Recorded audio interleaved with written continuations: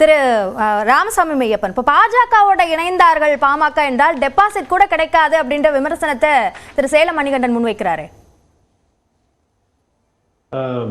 பாரத மன்னருக்கும் தமிழ் மக்களுக்கும் வணக்கம்.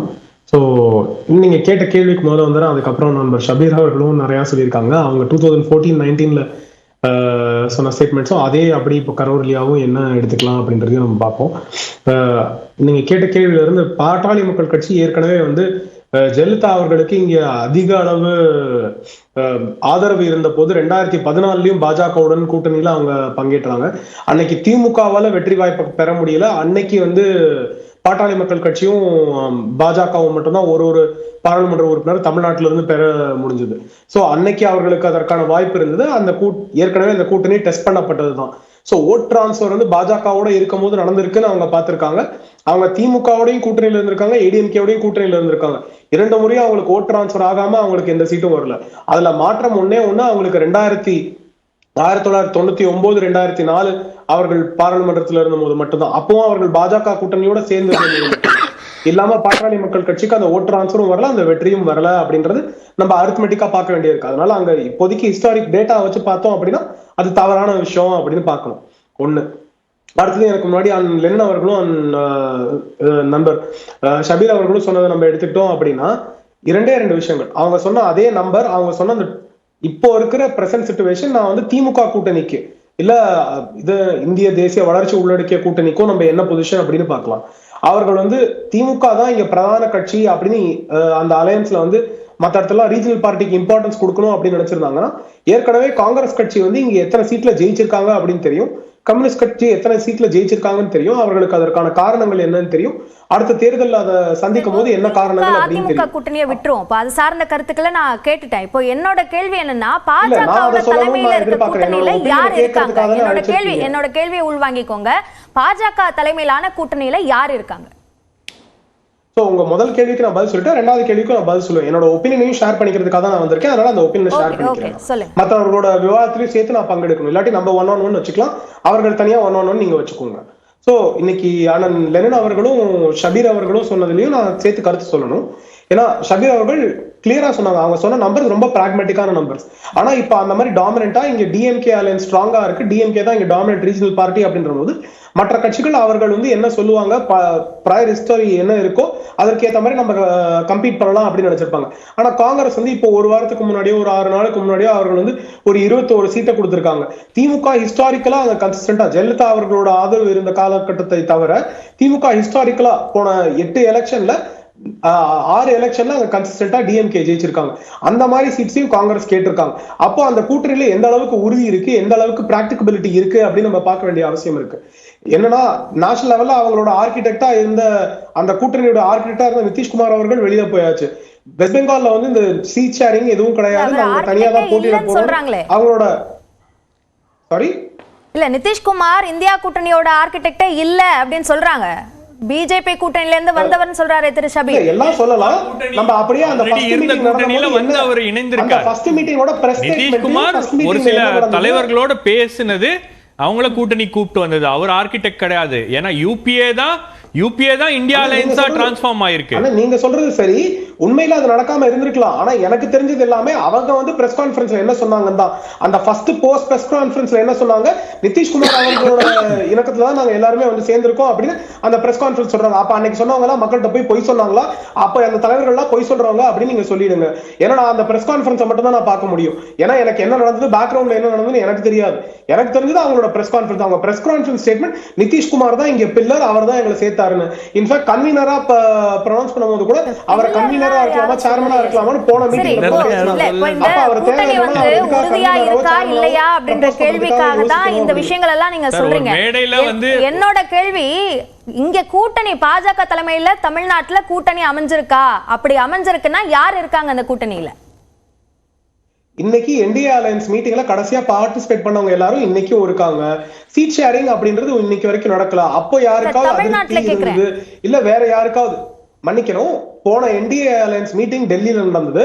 அதுல பங்கேற்றவங்க எல்லாருலயுமே இன்னைக்கு இன்னும் என்டிஏல பார்ட்டா தான் இருக்காங்க. எடப்பாடியார் அவர் மட்டும்தான் ஏடிஎம்கே வெளியில வந்திருக்காங்க. வேற யாருமே நாங்க என்டிஏ விட்டு வெளியில வந்துட்டோம்னு சொல்லல. யாரும் இங்க வெளியில வந்துட்டோம்னு சொன்னாதான் இன்னைக்கு தேர் நாட் இன் அலையன்ஸ் என்னால அசியூம் பண்ணிக்க முடியும்.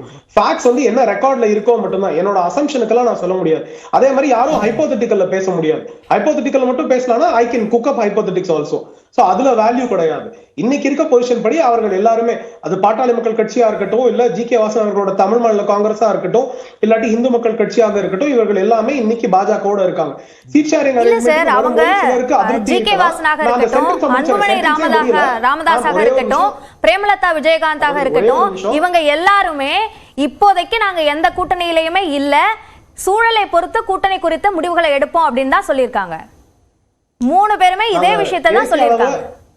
நான் போன 6 நாட்குள்ள நடந்த மீட்டிங்ல நாங்க தேசிய அளவில் நாங்க என்டிஏ கூட்டணியில இருக்கோம் அப்படின்னு பாட்டாளி மக்கள் கட்சியோட தலைவர்கள் சொன்ன ஸ்டேட்மெண்ட்டையும் என்னால காமிக்க முடியும். போன 1 வாரத்துக்கு கம்மியா 6 நாளுக்கு முன்னாடி அப்படின்றத சொல்றேன். நாங்க தேசிய அளவுல என்டிஏ கூட்டணியில தான் இருக்கோம் அப்படின்னு அவங்க சொல்லியிருக்காங்க. இங்க தேர்தல் அப்படின்னு வரும்போது சீட் ஷேரிங் அரேஞ்ச்மெண்ட்ல இஷ்டம் இல்லாம இருக்கலாம், அவங்களுக்கு ஓட் டிரான்ஸ்ஃபர்ல கொஸ்டின் இருக்கலாம்.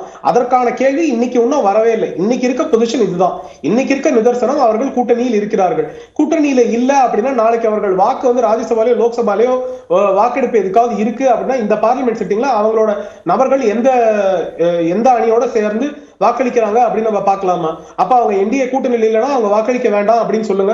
அவங்களோட நபர்கள்லாம் இது வரைக்கும் எப்படி வாக்களிச்சிருக்காங்கன்னு பார்ப்போம். ட்ரெஷரி பெஞ்சஸ் சைடு தான் அவங்க வந்து ராஜ்யசபால கேள்வி இருக்கும் போது அவங்க ட்ரெஷரி பெஞ்சஸ் சைடுல இருந்தாங்க.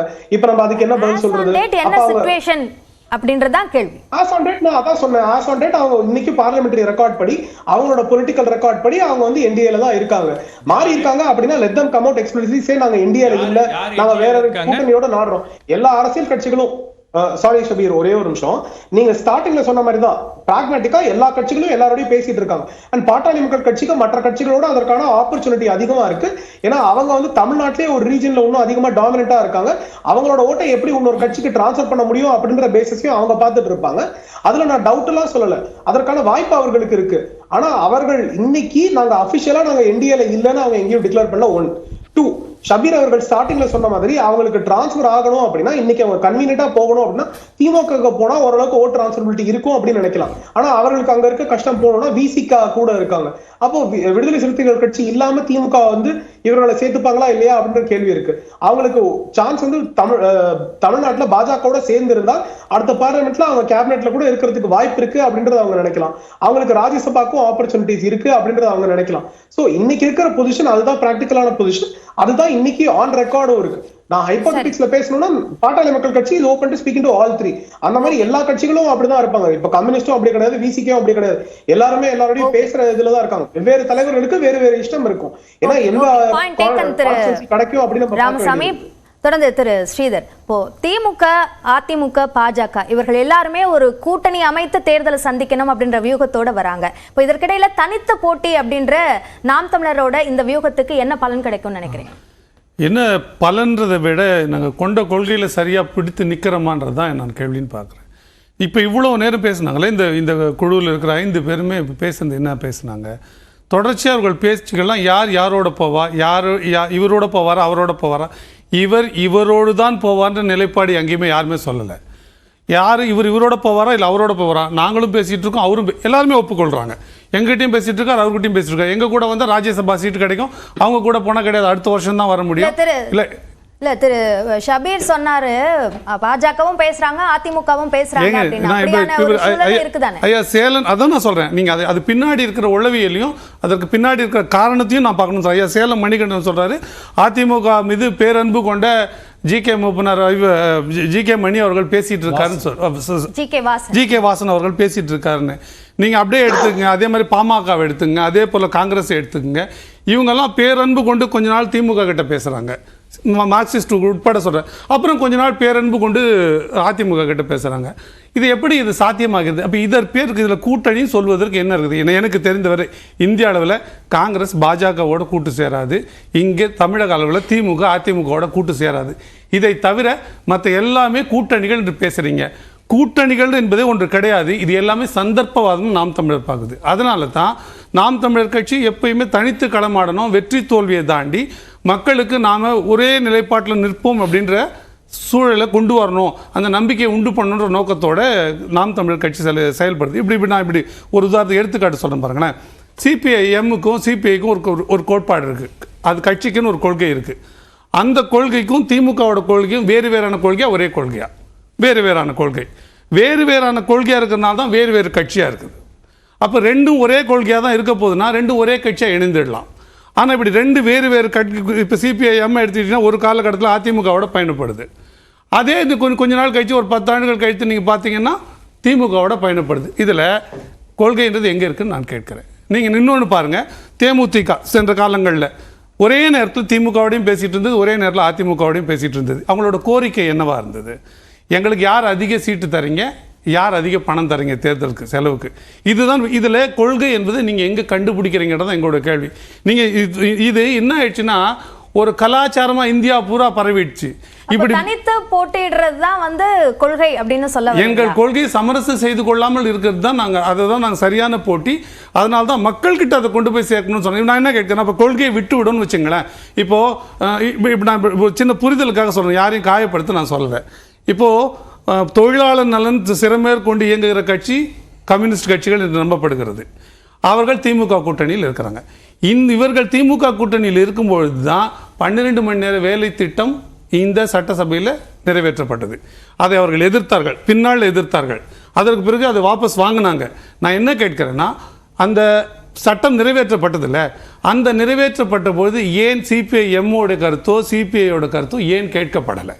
அவர்கள் அப்போ இன்னைக்கு இவங்க கூட்டணியில் இருந்து இவங்களோட என்ன கோர் ஐடியாலஜி இருக்குல்ல, தொழிலாளர் நலன் பாதுகாக்கிறது, அந்த நலன் அங்கே பலி கொடுக்கப்படுது. பின்னால் அது சுதாரி தெரிஞ்சு கூட தட்டி கேட்கப்படுது. இப்போ விசிகா கிட்ட போவோம். விசிகாவோட என்ன பெரிய இதுவே தாழ்த்தப்பட்டவர்களுடைய நலனை பாதுகாப்பது. இந்த தாழ்த்தப்பட்டவர்கள் நலன் வந்து வேங்க வயலில் நேரடியான ஒரு சிக்கலுக்கு உள்ளாகுது. அதை திருப்ப அதை சொல்லுவது கூட அவமானகரமாக இருக்குது. தண்ணீரில் மலம் கலந்தாங்க, குடிநீர் தொட்டில்னு. இதற்கு ஆன தீர்வை அதை திமுகவோடவே கூட்டணியில் இருக்கிற விசிகாவால் ஒரு தீர்வை எடுத்துக்க முடியல. மேல்பாதியில் தங்களுடைய மேல் ஜாதி என்று தங்களே சொல்லிக் கொள்கிற ஒரு ஜாதி, கீழ் ஜாதி என்று சொல்லிக் கொள்கிற ஒரு வகுப்பினர் வந்து சாமி கும்பிடக்கூடாதுன்னு சொல்லுது. அந்த இடத்துல கோவிலை திமுக அரசு மூடி வைக்கிறது. விசிகா ஒருவேளை வெளியிலே இருந்திருந்தால் கூட போராட்டங்களை முன்னெடுத்து அதை நிறைவேற்றி அந்த கோவிலை திறந்து 2 தரப்பாரும் வழிபடுறதுக்கான ஏற்பாடு செய்திருக்க முடியும். அப்போ அந்த கோர் ஐடியாலஜி அவங்களோட என்ன, விசிகாவோட கோர் ஐடியாலஜி நிறைய நிகழ்வுகள் சொல்றீங்க. அத கட்சிகள் எப்படி அணுகுனாங்க அப்படின்ற விஷயங்கள் எல்லாம் மேடையில பரப்புரையில பேசக்கூடிய விஷயங்கள். தேர்தலுக்கான வியூகமாக நாம் தமிழர் கட்சி வைத்திருப்பது தனித்து போட்டி என்பது மட்டும்தான். அதோட பலன் கடந்த காலங்களில் இல்லாம போயிருக்கு. நீங்க பலன் எதை சொல்றீங்க? வாக்கை பெறுவது மட்டும்தான் நீங்க பலன் சொல்றீங்க. தேர்தல் வெற்றி மட்டும்தான் நீங்க சொல்றீங்கன்னா இப்பொழுது கூட்டணியால் ஏற்படுகிற எல்லா பலனும் அந்த பலன் தான். தேர்தல் சமயத்துல தேர்தல் வெற்றி வர நிதிஷ்குமார் அந்த பலனை தான் அடைந்திருந்தார். அது நியாயம் நீங்க சொல்லிடுவீங்களா? உங்களுக்கு படி சொல்றேங்க, பாஜகவில் இருந்தாரு நிதிஷ்குமார், நீங்க எடுங்க. அவர் செய்தது சந்தர்ப்பவாதமா, அது கூட்டணியா? நீங்க சொல்லுங்க. தேர்தல் நேரத்துல கூட்டணி மாறுறது அவரோட வியூகமாக அது இருந்திருக்கு. இத வியூகம் நீங்க சொல்லுவீங்களா, சந்தர்ப்பவாதம் சொல்லுவீங்களா, அரசியல் நேர்மையில் இன்மைன்னு நீங்க சொல்லுவீங்களா? நான் கேட்கிறேன். பேர் வைப்பது அவர்களுடைய பார்வையை பொறுத்து மாறுபடும். நீங்க பார்வைன்னு சொல்றீங்க. ஒரே நேரத்திலேயே ஒரே 2 நாட்களுக்குள்ள ஒரு கட்சியிலிருந்து இன்னொரு கட்சிக்கு மாறுகிற அளவுக்கு, ஒரு கூட்டணியிலிருந்து இன்னொரு கூட்டணியில் மாறுகிற அளவுக்கு எந்த கட்சியில் என்ன பெரிய கொள்கை மாறுதல் ஏற்பட்டுச்சுன்னு கேட்குறேன். நீங்கள் என்ன நினைக்கிறீங்க? எப்படியாவது எதையாவது சொல்லி யாரோடாவது சேர்ந்து நீங்கள் தேர்தலில் வெற்றி பெற்றணும்னு நினைக்கிறீங்க. அது நாம் தமிழர் நிலைப்பாடில். அதனால தான் எங்கள் கட்சி கொள்கையாகவே கூட்டணி அமைப்பதில்லை. நாங்கள் சென்று யாரிடம் கூட்டணி அமைப்பதில்லை. இப்போ எங்களோட கொள்கை தேசிய தலைவர் பிரபாகரன் அவர்கள் படத்தை நீங்கள் சட்டசபையில் மாட்டணும்னு எங்களோட கோட்பாடு. இந்த கோட்பாடை ஏற்றுக்கொண்டு ஒத்து வருவதற்கு எத்தனை கட்சிகள் தயாராக இருக்க முடியும்? அப்போ நாங்கள் இந்த கட்சியோடு கூட்டணி போனால் எங்களுடைய இந்த கோர் ஐடியாலஜி இருக்குல்ல, இது நாங்கள் அடமானம் வைக்க வேண்டும். எங்களுக்கு தனி இடம் தேவை. அப்போ நான் என்ன சொல்கிறேன்னா, நாள் பிடிக்கலாம். இப்போ நாங்கள் 2016, 19, 21 இந்த 3 முறையிலையும் நாங்கள் எங்கள் கொள்கையில் தான் சொல்கிறோம். கொள்கைகளை சொல்லி தாண்டி வரோம். 1லேருந்து 3லேருந்து இப்போ 7க்கு வந்து நிற்கிறோன்னு வச்சுங்களேன். நீங்கள் காலதாமதமானாலும் இந்த வெற்றியை நோக்கி நகரணும் தான் நாங்கள் நினைக்கிறோமே தவிர, இப்படி ஏதோ ஒரு காரணத்திற்காக நம்ம இன்னைக்கு வந்துடணும், இந்த எம்எல்ஏ சீட் பிடிச்சணும்னு வந்துட்டா அது கட்சியோட வீழ்ச்சிக்கும் கொள்கையோட வீழ்ச்சிக்குமா வழிவகுக்கும். அதை பலியிட நாம் தமிழர் தயாராக இல்லைன்னு தான் நான் சொல்ல விருப்பம். ஓகே.